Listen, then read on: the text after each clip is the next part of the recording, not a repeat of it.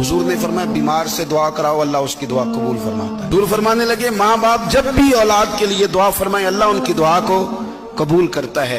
आप अपना ताल्लुक बनाएं दुआ के साथ, इबादत के साथ, मुसल्ले के साथ रिश्ता बनाएं, इस्तिगफार पढ़ें। सलाहुद्दीन अय्यूबी सलेबी जंगों में थे, रात को मस्जिद अक्सा में नमाज पढ़ी तो परेशान थे। एक बुजुर्ग से मुलाकात हुई तो वो कहने लगे कि आप बड़े परेशान हैं। कहने लगे हुजूर परेशान इसलिए हूँ कि पहले ही मुसलमान कमजोर है, अब मैंने सुना है दुश्मन का एक बहरी बेड़ा वो जंगी सामान से भरा हुआ आ रहा है, तो अब उनके पास और तलवारें और नेज़े आ जाएंगे, मुसलमानों के पास पहले ही वसाइल की कमी है, परेशान हो किस तरह करके मुकाबला करेंगे। ये बात कहते ही सलाहुद्दीन अय्यूबी ने बुजुर्गों से कहा हुजूर आप भी दुआ करना, दुआ की बड़ी ताकत है। मेरे नबी पाक ने फरमाया दुआ मोमिन का हथियार है। हुजूर ने फरमाया तकदीर को सिवाय दुआ के कोई चीज नहीं बदल सकती, ये काफिर के पास कोई नहीं।